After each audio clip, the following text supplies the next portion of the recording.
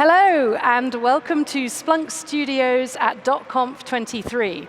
We're broadcasting from the Venetian Hotel in Las Vegas, and this is our 14th .conf. I'm Claire Hockin, I'm the Chief Marketing Officer of Splunk, and I'm joined today by Spiros Santos, the GM of our observability portfolio. Welcome. Hello, Claire. Excited to be here with you. So excited, I know. Tell me, Spiros, how many comps have you been to? I've been with Splunk for 4 years, and this is my 5th conf, because we changed the dates, so I had an extra one my first year. You've snuck an extra one in, there you go. That's how good they are. You need to sneak an extra one in. So for people that might not have been to Conf before, tell me, what makes Conf special?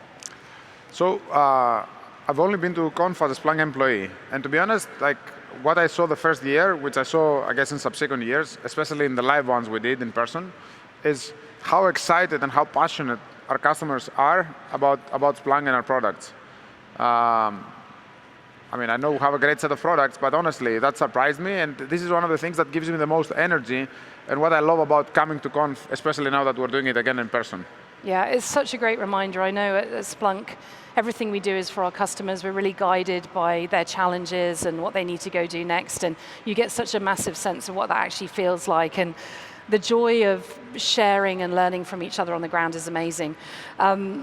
The good and amazing thing about .conf is it's just such a huge sort of maze of things to come do here. We have a huge pavilion, which is where we have experiences, we have a SOC, we have our new Edge Hub, our IoT device on the show floor there, lots of hands-on learning, we have an innovation zone, and then we get into breakouts and analyst sessions and all kinds of activations. So maybe share a little bit of what have you discovered outside the main keynotes that has been fun at this year?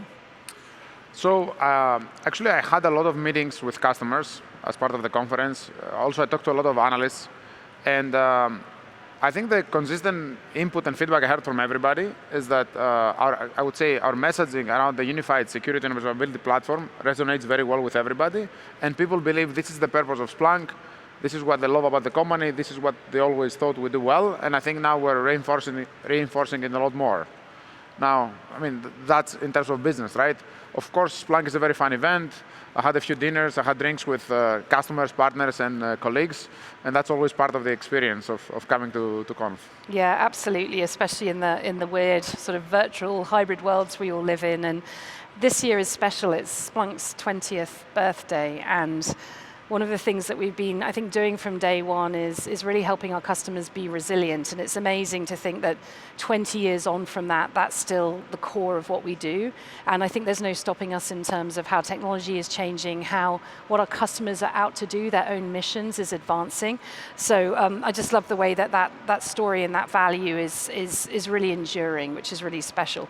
But let's talk observability. I think coming into .conf 23 was a really big moment for you and your team.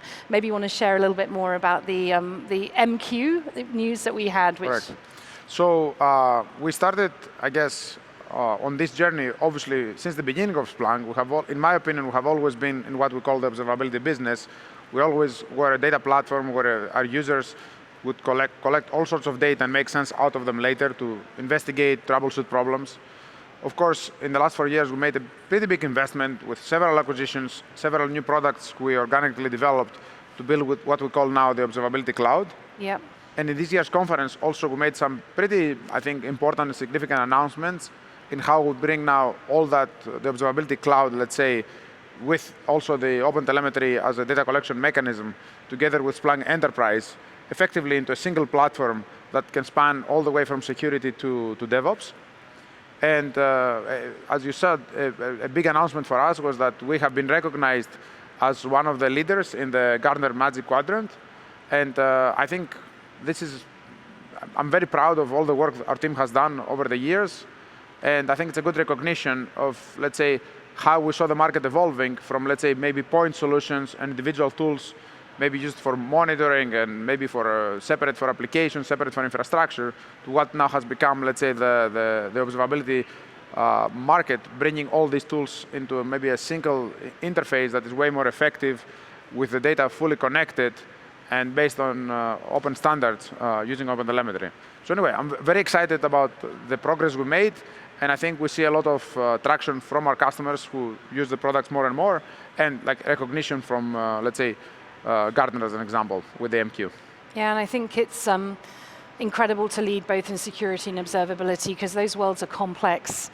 They're changing every day, and you have to go and figure out, what might be the latest issue and how you resolve it. So, can you talk a little bit about why observability is hard? Yes. So maybe let's start with why do we need observability, right, or modern observability?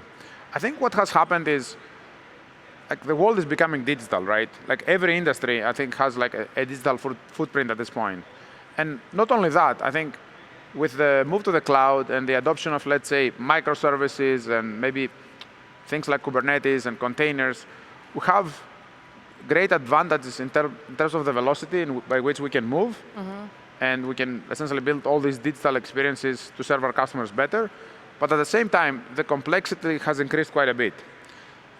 And to, let's say, tame this complexity, observability, that's where observability, let's say, comes into play, right? So we have made, I would say, a pretty significant improvement in the amount of data and the quality of data we can collect to help monitor and troubleshoot all these digital experiences, right? Starting all the way from the user to backend infrastructure and databases and everything in between. So it is a hard problem because you're dealing with complex hybrid infrastructure and applications that might span multiple clouds. Some of it might be on-prem. Some applications might be monolithic, running on, let's say, virtual machines, all the way to serverless. And you have to be able to essentially help customers with this entire, let's say, area that they have that is pretty complex and variable, and put it all together and help them make sense out of what they're looking, and deal with a pretty huge volume of data at the same time. And I think what I'd love to get into now is we made some announcements this week around the observability product portfolio, and I'd love for you to share the highlights from those. Yes. Like I mentioned earlier, for us, a pretty big priority was how can we fully integrate the observability solution with Splunk Enterprise, both on-prem and in the cloud. And some of the major announcements we made this week were around that. Just to give you a couple examples, one is that we now have a single sign-on. So let's say an existing Splunk Enterprise customer can log into Observability Cloud automatically, so they can make the jump very easily from one tool to the other. And another announcement we made along the same lines is now we provide the ability for our customers to manage their open telemetry collectors the same way they manage the universal forwarders when they deploy them. So as you can see, we're making investments to make it simpler and more seamless for the, let's say, especially the existing Splunk customers to expand into observability and make it all feel like as one solution. And you mentioned OTel, which I think is interesting, open telemetry. Maybe you can talk a little bit about why does that matter so much to have an open architecture? Yes, so first of all, OTel, we're one of the co-creators of the project. We have been a pretty big supporter as a company, and it has come a long way, right? Today, OpenTelemetry is the second most active project in CNCF, second only to Kubernetes, and I think there are good reasons behind it. The need for OpenTelemetry really emerged because there was no standard way of collecting telemetry data. What has been happening, and still happening to some extent, is every vendor had to invent their own way of collecting data, and out of necessity for the most part. And then this data was proprietary and specific to, let's say, whatever the collection agent was. So it was impossible to connect that data in the backend to have much more effective solutions. Like oftentimes, when you're investigating a problem, you don't even know if it's coming from an infrastructure issue or an application issue or something else, right? So it's very important to be able to put all of that together and unify, let's say, the investigation process. And that's what OpenTelemetry enables. But on top of that, another great thing about OpenTelemetry is because it's standards-based, it gives the control of the data to the user. So as an end user, if I adopt OpenTelemetry, I know that I can use the data in any way I want, right? I can use any vendor that I think is the best for my problems, or I can stand up my own custom solution or use open source, and I don't have like a vendor dependency on that data. And at Splunk, we're big believers in that. We want our users to select and choose us because we have the best solution for the problems, not because somehow we kind of have a proprietary way of controlling the data. Yeah, I think that's right. And Gary talked a lot about having choice and flexibility in how you work with Splunk. There's nothing better than a customer example or a story of how this all comes together. And I know we were really lucky to be joined by IKEA, who were talking about how they use our observability suite. But what are the customer stories that stand out for you from this week? So actually, IKEA is a very good customer and kind of ties back to what we were just discussing. I actually visited IKEA in the first few months I was at Splunk, actually. Did you? I think it was back in 2019, right before the pandemic. And I remember the discussions I had at the time was that IKEA was fairly forward-leaning. They were actually interested in OpenTelemetry. It was a new project, but they believed in this idea of, let's say, having an open standards and open source-based approach in how they control their data. We even did a couple of workshops back then. And then, since then, they have come a long way. Obviously, they were, for a long time, a Splunk customer using our platform for security and IT. And now they have expanded and adopted observability, including actually OpenTelemetry. They're a quite advanced, let's say, user. And you can see how it helps them, let's say, deliver actually run their business and deliver digital experiences to their customers through their store. And there are many, many other examples like this, but like for me, it stands out, as I said, because it was one of the first customers I visited actually in my first trip to Europe when I joined Splunk. It's amazing, and I've been to IKEA in Sweden as well, so shared experiences. We also talked this week about the launch of Splunk Edge Hub, which is our IoT device to help sort of provide better visibility into unlogged environments. And how do you think about that when we talk about sort of bringing all that visibility and being able to monitor anything, anywhere? Yes, so I guess everything is moving to become, let's say, software-driven at this point, right? So, and I think what I see happening, let's say, to our customers, right? Like a lot of our customers probably have, let's say, a traditional maybe software infrastructure they're running in the data center or the cloud, or maybe even third-party applications, and maybe they have then hardware or devices, or could be cars, could be anything, right, manufacturing. And I think they are attracted by this idea that they can start managing and monitoring maybe all of that the same way they do it with their software and servers and like applications, right? And I think Edge Hub is a very good first step, or at least one thing we are doing to enable our customers essentially to monitor and like troubleshoot, these other assets that were not necessarily part of what Splunk was used before. But I honestly see this evolving a lot more, right? Like I think, as I said, like the world is going to be running on software more and more, so solutions like Edge Hub are going to be needed to be able to expand the coverage we have with tools like Splunk or otherwise to be able to monitor and troubleshoot all these systems. Yeah, and it's a really cool, a cool innovation from Splunk, so you should definitely check that out. Talking of innovations, predictions, what do you think lies ahead? Conf is always a really exciting time for sort of showing where we're at, but there's always more. So anything that you're thinking about that will become really important in the future? So, I mean, one of the big announcements we had ourselves was around AI and AI Assist. I do think that that's going to play a major role immediately, but we're going to be doing a lot. We're going to be putting a lot more effort in implementing and integrating AI in all aspects of what we do, to enable our users to take advantage, let's say, or provide, let's say, assistance in how they perform their jobs. I also think AI is going to help maybe with lower a bit the barrier of entry for new professionals to start using tools and monitoring and troubleshooting complex environments for security or IT use cases. And I also think that security and observability are becoming more and more closely together, right? Like we see this ourselves. We're building a common platform for both, with purpose-built solutions on top. And I think I see that from our customers as well. This is something that they desire and demand, and I think we're going to see more of that in the future. Yeah. And one of the things I think about as well is there's just so much more data, and so I think the ways that we think about using that data and using it for an advantage is only going to grow if we can make sense of it all. So there's definitely a lot that AI can help with how we actually sift through just those growing volumes. Right.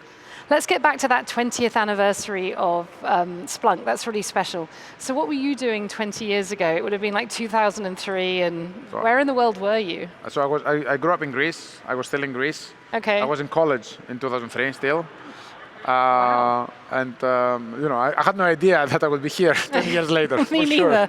What were you studying in college? I studied computer science. Computer science. And actually, I finished college in 2004, and I moved to the US to do a PhD. And I ended up staying here, of course, and wow. Here I am now. The rest is history. And I think, you look back on that time, and what are the biggest lessons that you've learned, or something you'd like to share? Yes, so I guess, first of all, I had no idea going into computer science that I will end up, let's say, where I am, working on software and all of that. But I think, in some sense, some of the lessons I learned and I try to apply myself is that do not make assumptions about the future. It's going to change a lot. Mm-hmm. And in that sense, I try to always take risk, not unreasonable risk, right? But always err on the side of taking more risk than less. Because I think in the long run, that pays off and takes you maybe to places that you wouldn't otherwise go if you were always trying to take the conservative approach in the choices you made, career-wise especially. Of course, I'm an entrepreneur. I started several companies before, but I do think that that's something that I always try to apply to my choices, right? Don't take the safe choice, but try to have some risk. And I think that's great and to explore. And Spiros, you were the founder of Signal FX, weren't you? Omnition. Omnition, sorry, and that brought you to Splunk. So Correct. here you are. So what a wonderful journey that must have been. Okay, so .conf, it's wild out there in .conf. There's so much going on, but can you describe it in one word? It's exciting, lots of passion. It takes a lot of energy too, because it's like an event that starts in the morning for me at least and ends late at night, because there are all these meetings, dinners. But it's very exciting, and as I said, maybe passion is the one word, if Passion. you wish. Yes. I think that's a great word. Someone else earlier, we've had Splunky, and then somebody said it's tiring, but I think for all the right reasons, because there's so much to go and explore. So, Spiros, thank you for being here. Thank Any you. final words of wisdom? I don't know if I have any wise words, but maybe for those who are watching online, if you're Splunk users, it definitely, Conf is a very unique event, right? If you haven't had the chance to attend it in person before, but you have this chance in the future, I would definitely try to do it. It's a very exciting, very unique event that, unless you're here live, you probably cannot understand what I'm talking about. I think that's very wise words of wisdom. And if you are watching, there's great ways to follow .conf23 on all different kinds of channels. And we have Conf Go coming to 28 cities across the world actually in the fall, which is a really great way to hear the best of .conf. But hopefully we will see you here next year. I think that's almost guaranteed, and hopefully see lots of the audience in person too. So Spiros, thank you. Thanks, Claire. And thank you for watching.